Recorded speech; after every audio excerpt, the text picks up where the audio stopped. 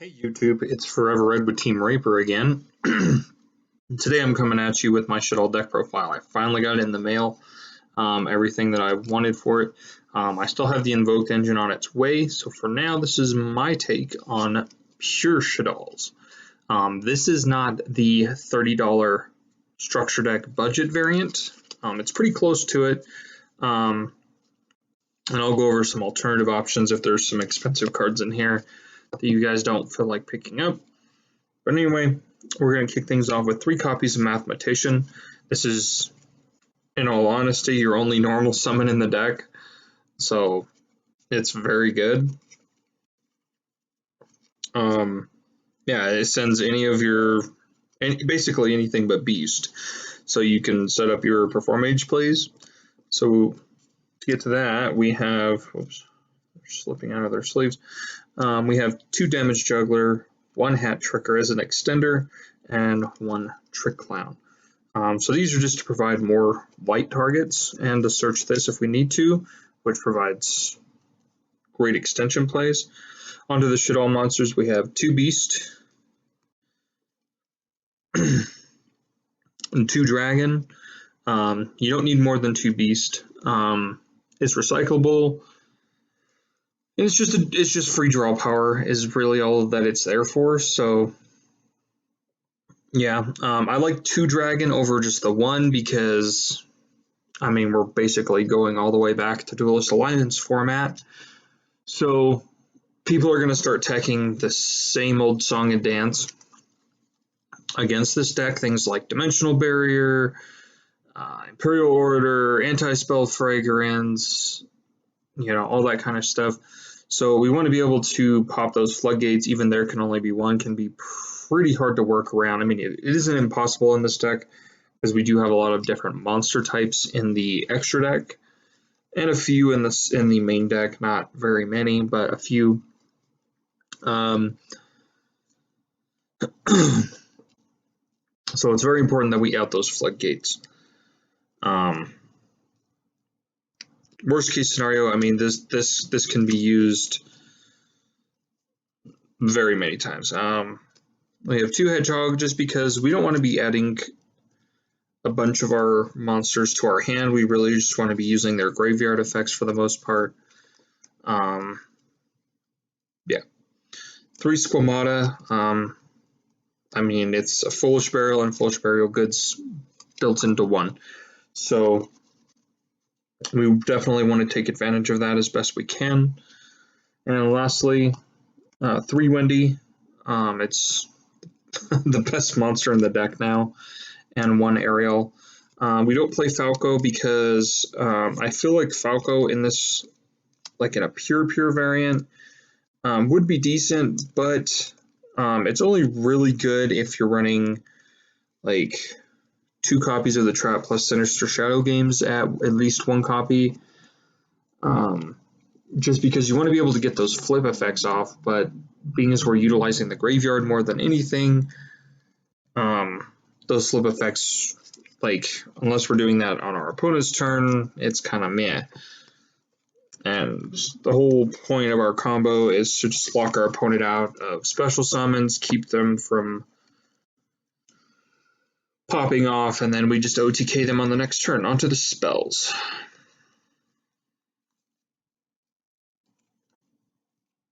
Three Allure of Darkness. Draw power, we do have plenty of darks to make it go off, and if it doesn't go off, say we draw into a Windy, and that's it. I mean, that's not terrible because it's being sent by a card effect, so it procs their effects. So that's not super bad. Onto the fusion spells, we have 3 El Shaddoll, Staple, 3 Shaddoll Fusion, and 3 Super Polymerization. Again, I'm still waiting on my Invocation engine in the mail. Otherwise, we would be playing that already. And then the last 2 spells is 1 Foolish and 1 Pot of Avarice to help recycle our plays. Onto the traps. This is a dedicated going second build. So I main deck 3 copies of Evenly Matched. Just because it's great at breaking boards, baiting out those negates, and getting rid of those pesky back row decks.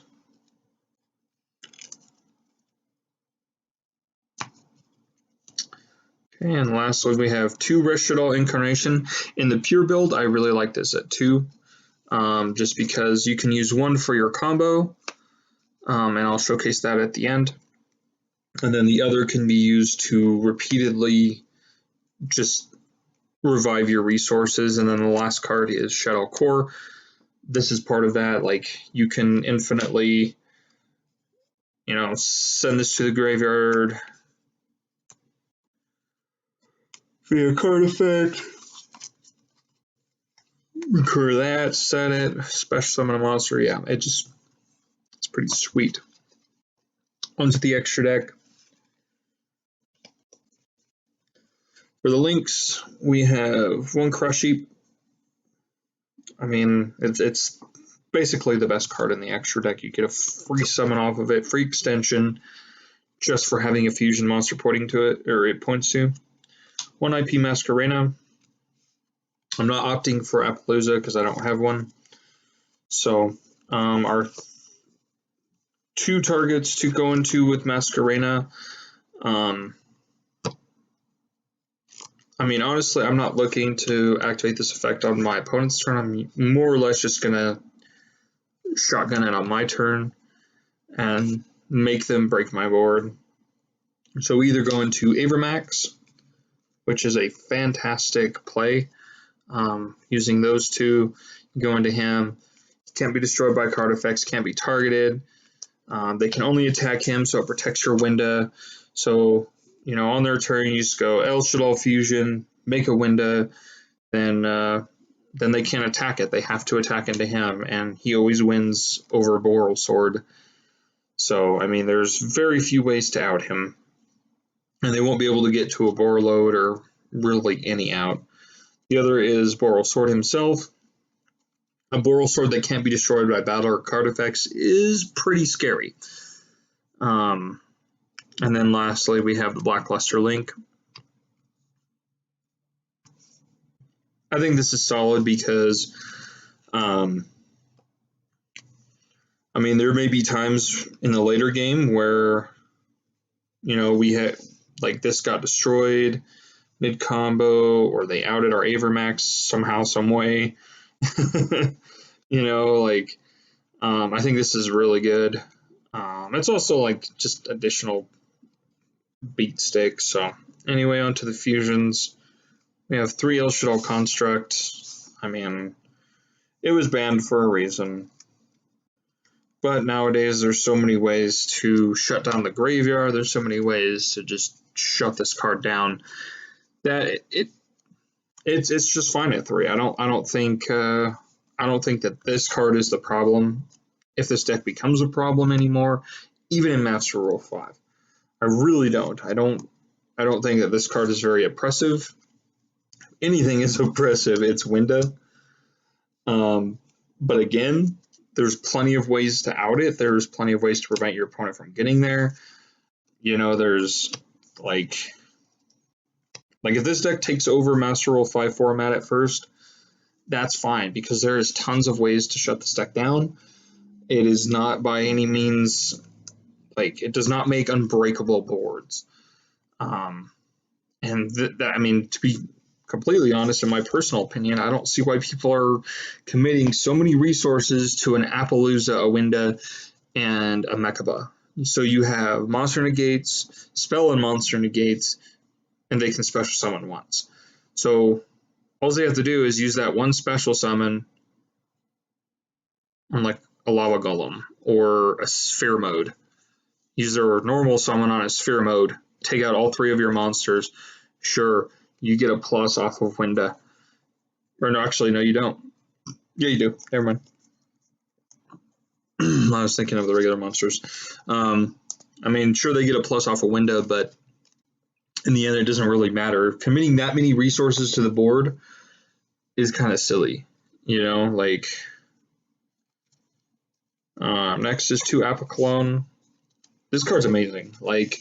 It kind of sucks that it's a hard once per turn for each of its effects, but I mean, this is a permanent effect negation when it hits the field. So if you can if you can work your way around, like there can only be one, for example, if you can work your way around it using shit in your hand without having a spellcaster already on the field, you can summon this and turn there can only be one off permanently, even if this card leaves the field.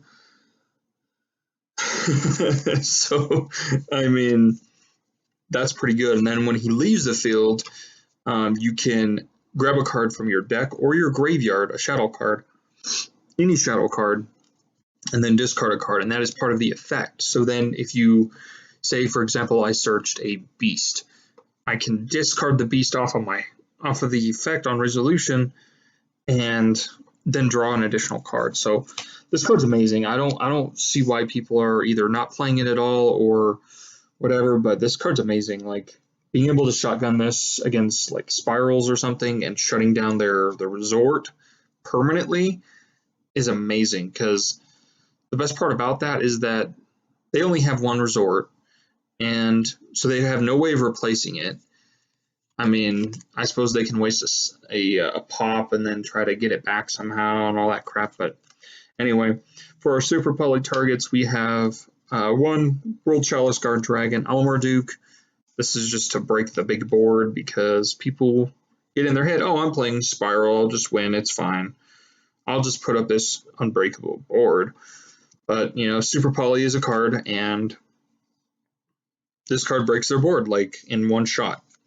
I'll take out your Phoenix, your Trigate, and your freaking Appaloosa in one foul swoop. You can't do a goddamn thing about it. Yeah. And if that doesn't work, then I'll just Lava Golem the rest. Then we have one Shekanaga and one Grista. Grista is pretty good because, like in the Solomon Great matchup, we can negate their summons, we can shut them down, and we can summon this on our own to help with effects, monster effects.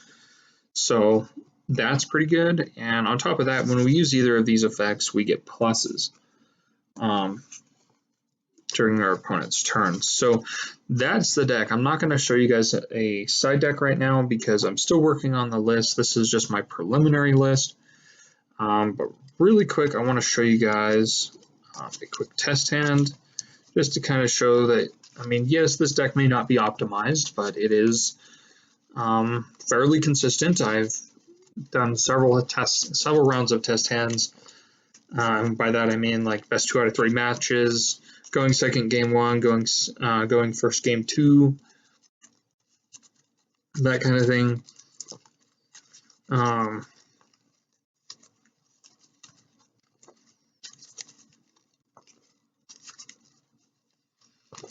Now, to be completely honest, if you wanted to replace the evenly matches, you could definitely do that. I would recommend replacing them with either, I mean, there's a myriad of options. Something I've considered is just replacing them with Magical Meltdown and not having the Alistairs yet. I mean, if you have access to just Alistair, I mean, Alistair by itself without the invocation is pretty good, just as a combat trick to protect your Wenda. So, okay, so let's see for a bricked hand. Yeah, a little bit. Let me keep shuffling.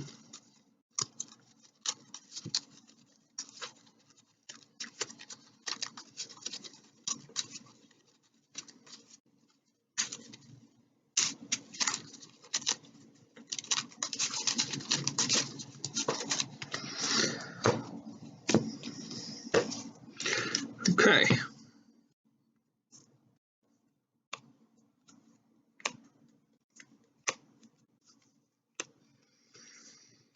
Okay, so this hand is literally fucking amazing. Like, this is ridiculous. Okay, so we're going second. So obviously we're gonna go battle phase. End battle phase, evenly matched. They keep one card on their field. Or, like in the case of the Spiral matchup, it immediately procs the Trigate negate. So, in this particular situation, it's pretty hard to play around. Like, but we still have options to do so. Being as the Trigate Negate is gone, we can normal summon our Mathematician, which will send us a copy of Damaged Juggler to the graveyard. Whoops. I hate these stupid ads. Which will send a copy of Damaged Juggler to the graveyard. I'm sorry, I'm going to change up the camera angle really quick.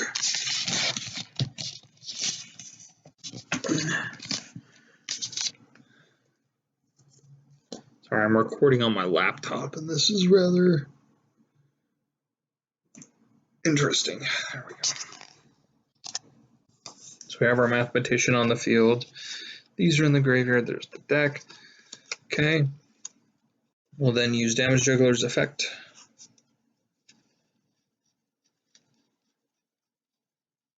To grab our Trick Clown.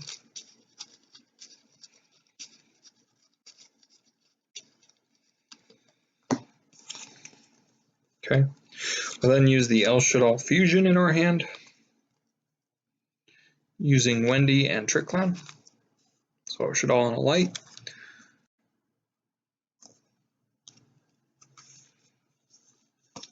We're going to make our first construct.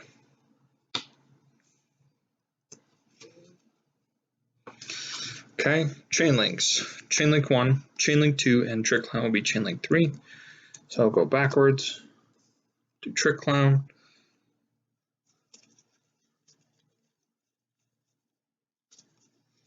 Wendy will set the aerial face down.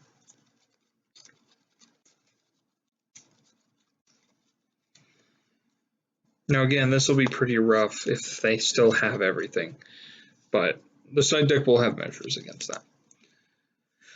Okay, then we simply link these two together. I'm sorry, we'll actually link the Trick Clown and the construct.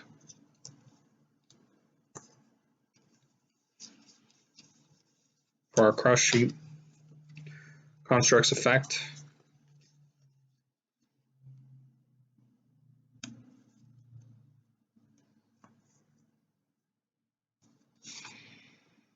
Oh, I forgot to send off of construct, my bad.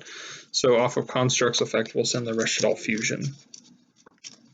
Now we're ready to complete our combo. So Shaddoll Incarnation will banish the construct, flipping the aerial. Aerial will revive the construct, going to an arrow that he points to, special summoning the Trick Clown. So this gives us the option for IP plus Abyss Dweller, which we don't run, but I'm still working on finding room for it. Okay, so this effect will still proc. We'll send the Shaddoll Fusion.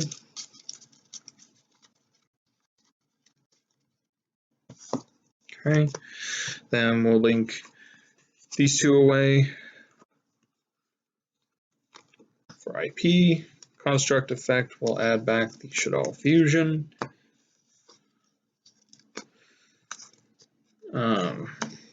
Well, if you were going to make the Abyss Dweller, let me just grab one real quick. So if you were going to make the Abyss Dweller, you would actually just use the Mathematician and the construct, obviously. And we're going to link these two away, and we're going to make our Abramax.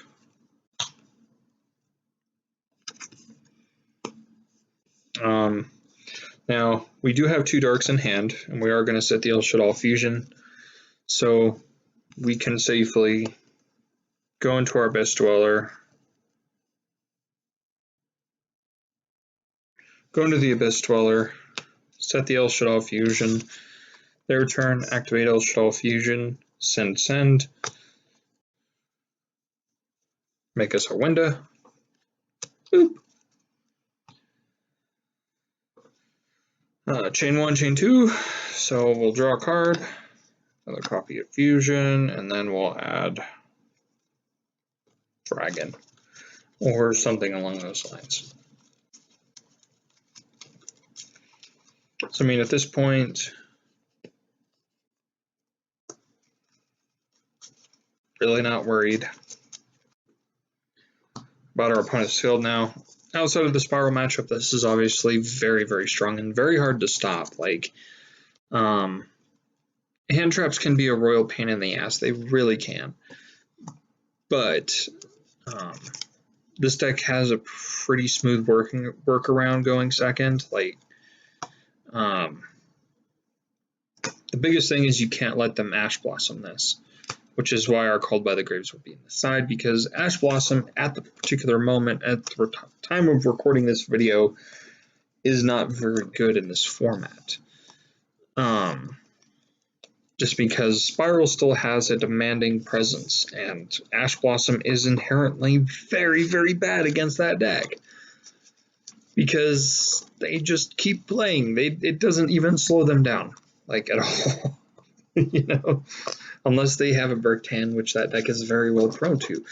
And to be completely honest, so is Shaddolls. Shaddolls is just as prone to bricking as Spirals. It's just we are going second deck. They want to go first and set up a quote-unquote unbreakable board. I mean, this hand is really good.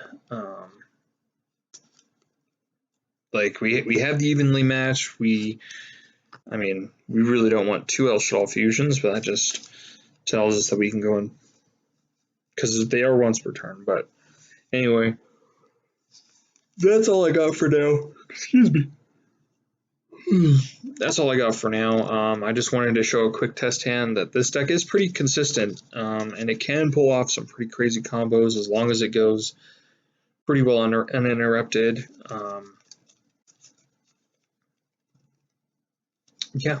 Anyway, guys, if you liked the video, please like, comment, and subscribe. It really helps us out. It really helps us know that we're bringing you guys content that you enjoy. I really appreciate all the views on the Ancient Warrior deck profile that I put up a couple of days ago, or last week, I should say. Yeah, guys. Anyway, if you can comment down below any suggestions you would have for the pure Shaddoll version. I'd appreciate it. I'm still working over the kinks and the pure version. I've only been mainly testing the invoked variants. So once those cards come in the mail, I'll do an updated deck profile on the invoked variant. Also, be sure to look out for the next deck profile, which will be on Brink 10 Trains, which is going to be a lot of fun for MR5. Anyway, well, yeah, catch you later. Bye.